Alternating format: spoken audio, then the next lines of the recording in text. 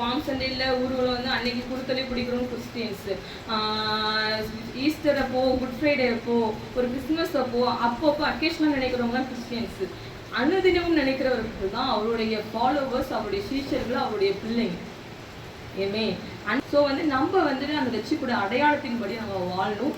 நம்ம அப்படி அனுதினம் நினைக்கணும். என்னைக்கோ ஒரு நாள் ஏதோ ஒரு டைமு ஃப்ரைடே ஒரு வந்து விமென்ஸ் மீட்டு, யூத் மீட்டு, இல்லை ஒரு பண்டிகை நாள் அன்னைக்கு நம்ம கர்த்தரை வந்து நினைக்கிறவங்களா இல்லாமல் அனுதினமும் வந்து கர்த்தரை நினைக்கிறவங்களாக நம்ம வந்து இருக்கணும். யோசபாத்ங்கிற ராஜா வந்துட்டு பழைய ஏற்பாட்டில் வாழ்ந்தார். அவர் வந்து எப்படிப்பட்டவர்னா, நான் இப்போ சொன்னேன், அக்கேஷனலாக நினச்சோம் அப்படின்னா நம்ம கிறிஸ்டியன்ஸு, அன்னைக்கு நினச்சோம் அப்படின்னா நம்ம ஒரு பிள்ளைகள் சீஷர்களாக இருக்கணும். ஸோ இந்த யோசபாத் எப்படிப்பட்டவர் அப்படின்னா, எல்லா காரியத்திலையும் கர்த்தரை வந்து நினைச்சார், தேவனை தேடினார், தேவனுக்காக தேவன்கிட்ட போய் சேர்ந்தார் எல்லா விஷயத்துக்காகவும். அப்போ அந்த இஸ்ரவேல வந்து யூதாவை வந்து இந்த யோசபாத்ங்கிற ஒரு ராஜா வந்து ஆளுகை செஞ்சுட்டு இருந்தார். அப்போ அந்த ராஜாக்கு விரோதமா 3 ராஜாக்கள் வந்து விரோதமா வந்தப்போ யோசபாத்தை வந்து ஃபர்ஸ்ட் என்ன பண்ணாருன்னா, டைரக்டா அந்த தேசம் முழுவதும் வந்துட்டு உபவாசத்தை கூறுங்க, துதிக்கிறவங்களை முன்னாடி வைங்க, எல்லாரும் உபவாசிக்கணும், எல்லாரும் ஜெபிக்கணும், எல்லாரும் துதிக்கணுங்கிற கட்டளையை வந்து யோசபாத் வச்ச உடனே வந்து அவர் போய் என்ன பண்ணாருன்னா, காட் கிட்ட வந்து பேசினார். என்ன பேசினார்னா, போயிட்டு நீங்க வந்து எவ்வளவு பெரிய தேவன், எங்களால இந்த யுத்தத்தை செய்யறதுக்கு பலன் இல்லை, எங்களுக்கு என்ன பண்றதுன்னு தெரியல, நீங்க தானே பெரியவர், நாங்க வந்து அந்த நாட்டை சீண்டவே இல்லை, அவங்க வந்து நான் ஒதுங்கிதான் போனோம், அவங்க வந்து இன்னைக்கு பிரச்சனை பண்றாங்க பாருங்க, அவ்வளவு பெரிய, ஏன்னா 3 நாள் வரப்போ அவங்க கிட்ட வெப்பன்ஸ் கிடையாது, எதுவுமே கிடையாது. இப்ப என்ன பண்ண போறோம் அப்படின்னு அவங்க யோசிச்சுட்டு இருந்தப்ப அவர் என்ன செஞ்சார் அப்படின்னா, தேவனை வந்து தேடினார், தேவன்கிட்ட வந்துட்டு பேசினார். அப்போ வந்து காட் வந்து என்ன பண்ணிட்டாரு அப்படின்னா, அந்த ஃபாஸ்டிங் ப்ரேயர் பண்றாங்க பார்த்தீங்களா, ஃபர்ஸ்ட் வந்து துதிக்கிறவங்க நிப்பாட்டினாங்க, ஆர்ப்பரிக்கிறவங்க நிப்பாட்டினாங்க, அப்புறம் ப்ரேயர் பண்றவங்க நிப்பாட்டும் போது அந்த எல்லைக்குள்ள போறதுக்கு முன்னாடியே அந்த 3 ராஜாக்கள்ல 2 பேர் ஒன்னா சேர்ந்துட்டு ஒரு இதை வந்து கொண்டுட்டாங்க. அப்புறம் என்ன பண்ணாங்கன்னா, அந்த 2 பேருமே மாறியுமே அடிச்சுக்கிட்டாங்க. இப்படி ஒரு ஜெயத்தை வந்து காட் யாருக்கு கொடுத்தாரு அப்படின்னா, ஜெருசலேமுக்கு கொடுத்தாரு. அப்பவும் அந்த என்னன்னா, நம்ம போறதுக்குள்ளேயே எப்படி அவங்க அந்த யுத்தத்துக்கு போறதுக்கு முன்னாடியே கர்த்தர் ஜெயத்தை கொடுத்தாரு. எதனாலனா ஆர்ப்பரிச்சாங்க, அப்புறம் ஜெபத்தை பண்ணாங்க, கர்த்தரை தேடினாங்க. எடுத்து வாசிக்கலாம் 2 நாளாகமும் 20. அப்புறம் வந்து, எங்கள் பிதாவாகிய தேவனாகிய கர்த்தாவே, பரலோகத்தில் இருக்கிற நீர் அல்லவோ தேவன், தேவர் ஜாதிகளுடைய ராஜ்யங்களை எல்லாம் ஆளுகிறவர், உம்முடைய கரத்திலே வல்லமையும் பராக்கிரமும் இருக்கிறது, ஒருவரும் உம்மோடு எடுத்து நிற்கக்கூடாது. எங்கள் தேவனாகிய நீர் உம்முடைய ஜனமாகிய இஸ்ரவேலுக்கு முன்பாக இந்த தேசத்து குடிகளை துரத்திவிட்டு இதே உங்களுடைய சிநேகிதனாகிய ஆபிரகாமுடைய சந்ததிக்கு என்றென்றைக்கும் கொடுக்கவில்லையா? பாருங்க, அந்த ஜெருசலேமை காட் யாருக்கு கொடுத்திருக்கிறாருன்னா, ஆபிரகாம், அவர் மூலம் தான் அடுத்தடுத்து வர ஜென்ரேஷன் கொடுக்குறாரு. இன்னைக்குமே அது யாருக்கு சொந்தமானது அப்படின்னா, இஸ்மவேலுக்கு சொந்தமானது கிடையாது, அரபியர்களுக்கும் பலஸ்தீனர்களுக்கும் சொந்தமானது கிடையாது. அது ஆண்டவர் யாருக்கு வாக்கு பண்ணி ஒரு மனுஷனை கூட்டு வந்தாரு, கல்தேயர் பட்டணத்திலிருந்து கானானுக்கு யாரை கூட்டு வந்தாரு வாக்குதத்தம் பண்ணினா, ஆபிரகாம் தான் கூட்டு வந்தாரு. இந்த வருஷம் நமக்கு இதை சொல்லியே அவர் ப்ரேயர் பண்ணாரு பாருங்க. யோசப் அதுதான் எனக்கு ரொம்ப பிடிச்சிருந்தது. இந்த எருசலேம் யாரோடது? ஆபிரகாமோட சந்ததிக்கு அல்லவா? இன்னைக்கு அந்த 3 பேர் எதிர்த்து வராங்களே, எங்ககிட்ட பலன் இல்லையே, அதை அவர் அறிக்கை பண்றது பாருங்க. 12. எங்கள் தேவனே, அவர்கள் நீர் நியாயம் தீர்க்க மாட்டீரோ, எங்களுக்கு விரோதமா வந்து இந்த ஏராளமான கூட்டத்திற்கு முன்பாக நிற்க எங்களுக்கு பலன் இல்லை, நாங்கள் செய்ய வேண்டியது இன்னதென்று எங்களுக்கு தெரியவில்லை, ஆகியால் எங்கள் கண்கள் உண்மையை நோக்கி கொண்டிருக்கிறது என்றான்.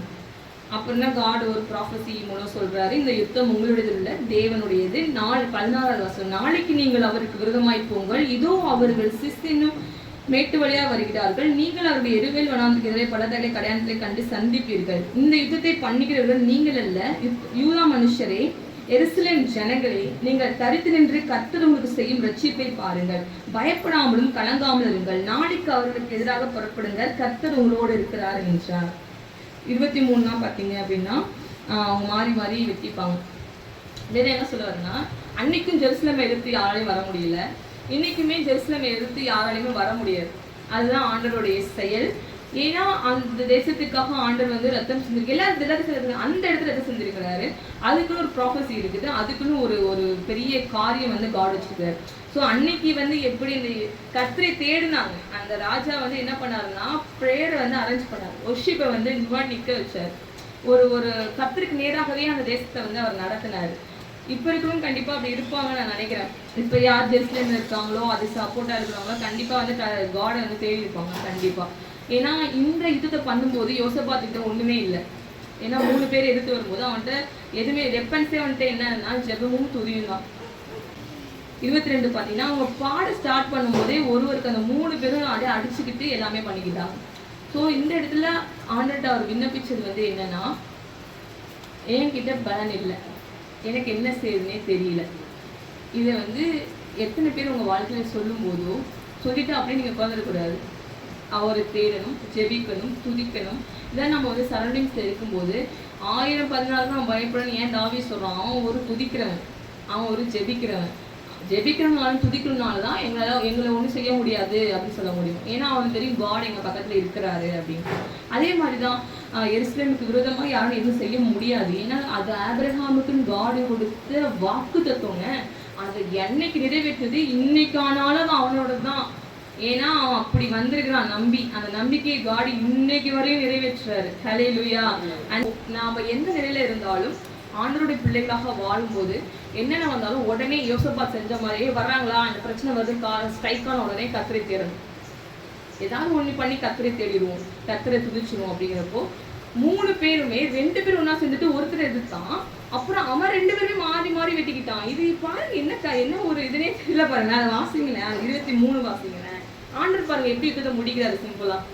அப்ப திருப்பி அவன் வெட்டிக்கிட்டான். இப்படிதான் காட் வந்து நமக்கு விரோதமா வருகிற ஆக்கினையும் நமக்கு விரோதமா வருகிற எதுவா இருந்தாலும் எது வேணா இருந்தாலும் நீங்க கர்த்தரை தேடுகிறவளா, உடனே கர்த்தர் எதாவது பிரச்சனை கர்த்தரை நினைக்கணும். நம்ம ஏதாவது பிரச்சனை இவன் தான் பண்ணியிருப்பான் ஆனா அவன் நினைக்க கூடாது, இவன் தான் பண்ணியிருப்பான் இவன் நினைக்க கூடாது, இதுதான் காரணம் இது நினைக்க கூடாது. யார் நினைக்கணும், உடனே கர்த்தர் நினைக்கணும். நினைச்சிட்டு அவன் யோசிக்கவே இல்லை. எல்லாத்தையும் ப்ரேயர் பண்ண, எல்லாத்தையும் ப்ரேயருக்கு கூப்பிட்டு எல்லாத்தையும் ஜெபிக்க வை, எல்லாத்தையும் துதிக்க வை. ஃபர்ஸ்ட் வந்து வாருக்கு போகிறதுக்கு முன்னாடி ஜெபிக்கிறவங்க துதிக்கிறவங்க பாட்ட வை. துதிக்கும் போதே அங்கே அவன் அந்த இடத்துக்கு ஸ்பாட்டுக்கு போகிறோம்னே அவங்க காலி ஆகிட்டாங்க. அதே மாதிரி பார்க்குறாங்க, என்னடா இது எல்லாத்தையும் செத்து கிடக்குறாங்கன்னு சொல்லிட்டு அந்த கொள்ளையாடின பொருளை 3 நாள் எடுத்துருக்குறாங்கங்க. 3 நாள் எடுத்துட்டு அப்புறம் வந்து கர்த்தருக்கு ஒரு பலிபீடத்தை கட்டுறாங்க. அதான் பெராக்கா அப்படின்னு ஒரு பலிபீடத்தை கட்டுறாங்க. அதுக்கு பேர் வந்து பிளெஸ்ஸிங்ஸ் என்று பொருள். அது வந்து என்ன அப்படின்னா, நம்ம ஒரு ஆண்டருக்காக கீழ்ப்படியும் போது, நம்ம வந்து ஆண்டருக்காக வச்சு செய்யும் போது, நம்ம ஜெபிக்கிறவங்களா இருக்கும்போது, நம்ம துதிக்கிறவங்களா இருக்கும்போது, நம்ம கர்த்தரை தேடிகளா இருக்கும்போது, கன்ஃபஸ் பண்றவங்களா இருக்கும்போது ஜெயம் நமக்கு. ஹல்லேலூயா. கீழ்ப்படியும் போது தான் ஜெயம். அவரை விசுவாசிக்கும் போது தான் ஜெயம். சும்மா உட்கார்ந்து இருக்கும்போது ஜெயம் இல்லை. விசுவாசிக்கும் போதும் கீழ்ப்படியும். விசுவாசத்தாலே கீழ்ப்படுறது கூட எப்படியாவது வந்துடும். நம்ம ஆண்டருக்காக ஒரு அன்பு செலுத்தினா விசுவாசம் வந்துடும். விசுவாசிக்கும் போது ஜெயம் வரும். அப்படியே ஒவ்வொன்றா நம்ம கூட கடந்து ஒன்னொன்னு இணைந்து நம்ம கூட வந்துடும். இவங்க அந்த 3 நாள் கொள்ளையடிச்சிட்டு திருப்பி என்ன பண்றாங்க, திருப்பி ஒர்ஷிப் பண்றாங்க. திருப்பி வந்து காட் கொடுத்து பெராக்கா என்று பேருக்கிறாங்க. ஸோ ஜெபிக்கிற மனுஷங்களுக்கு ஆசீர்வாதம், ஸ்தோத்திரம் சொல்கிறவர்களுக்கு ஆசீர்வாதம், ஆண்டரை தேடுகளுக்கு ஆசீர்வாதம். பக்கத்தில் பார்த்து சொல்லுங்க, நீங்க ஜெபிக்கிறதா இருந்ததா இன்னைக்கு உங்களுக்கு ஆசீர்வாதம் செய்யணும் உங்களோட இயேசுவின் நாமத்தினால. இன்னைக்கு உட்காந்துருக்க இவங்க ஜெபிச்சுட்டு வந்திருக்கலாம், துதிச்சுட்டு வந்திருக்கலாம், ஸ்தோத்திரம் சொல்லிட்டு வந்திருக்கலாம். இப்படி வந்தால் மட்டும்தான் ஜெயம், இல்லைன்னா ஜெயம் இல்லை. நீ ஜெபிச்சுட்டு சும்மா உட்காந்தா ஜெயம் யாருக்கு, நமக்கு தான். ஏன்னா இவங்க ஜெபிச்சுட்டு போய் பார்க்குறாங்க, எல்லாமே பிரேதமாக கிடக்குறாங்க. எவ்வளோ பெரிய ஒரு வெற்றி தெரியுமா இதெல்லாம். ஸோ அன்னைக்கு ஆண்டர் வந்துட்டு எருசலேம்ல வந்தது காரணம், விழுந்து போன நம்மளை தூக்கி எடுக்க தான் கழுதை மதி மேலே ஏறி வந்தாரு. விழுந்து போன தாவீதின் கூடாரத்தை தான் மறுபடியும் எடுத்து கட்டுப்பிக்க வந்தாரு. விழுந்து போன ஆபிரகாம் சந்ததி நம்ம தான், விழுந்து போன ஆதாமேவாள் சந்ததி நம்ம தான். நம்மளை எழுப்பி கட்டுறதுக்காக தான் கத்துற அந்த வெற்றிக்கு ஒரு அடையாளமாக தான் கத்துற வந்து குருத்தோடைய வந்து இது பண்ணாரு. அது இன்னைக்கு வரை நம்ம தியானிச்சுட்டு இருக்கோம். ஸோ அந்த குறுக்கை நம்ம எப்பவுமே கையில பிடிக்கும் போதோ இல்லை இந்த நாளை நம்ம நினைவு கூறும் போதோ ஜெயம் நம்ம வாழ்ல கடந்து வரும். அதனாலதான் காட் வந்துட்டு எல்லாத்தையும் இந்த சர்ச்சை உருவாக்கி பாருங்களேன், நம்மளாம் ரசிக்கப்படணும், நமக்கு ஒரு சர்ச் வேணும், அதுக்கு ஒரு பாஸ்டர் வேணும். நம்ம வேற எங்கேயாவது ரசிக்கப்பட்டிருப்போம், அங்கேயிருந்து நம்மளையும் கூட்டிட்டு வரணும். இதெல்லாம் கர்த்தருடைய திட்டம். ஸோ நமக்காக ஒரு திட்டத்தை, ஒரு சிஸ்டமேட்டிக்காக ஒரு திட்டத்தை உருவாக்கி, ஒரு சர்ச்சை உருவாக்கி, சர்ச்சை கட்டி, அதுக்கு ஆதரவுகளை கூட்டி ஆண்டு நம்மளுக்கு அவங்க உட்கார வச்சு ஜெயத்தை கொடுக்குறாரு. ஸோ இதெல்லாம் பரலோகத்தில் வந்து நம்மளும் எழுதப்பட்டிருக்கிறோம். அந்த புத்தகத்தை நம்ம பேரும் எழுதப்பட்டிருக்கு. ஸோ ஜெயம் கொள்கிற எவனோ அவன் தான் அங்கே வர முடியும். ஸோ உங்க திங்கிங்க எப்பவுமே எப்படி இருக்கும்னா, கொஞ்சமா ஜெபிக்கிறவளாக, கொஞ்சம் ரொம்பலாம் வேணாம், ஓரளவு கடுகளவு தானே கேட்கிறாரு காடு. கடுகளவு ரொம்பலாம் அப்படியே இது பண்ண, கடுகளவு உண்மை, கடுகளவு விசுவாசம், கடுகளவு ஜெயம் இல்லை, மலையளவு ஜெயம் நமக்கு கிடைக்கும். சின்ன சின்ன செஞ்சா வெற்றி வந்து பெருசாது.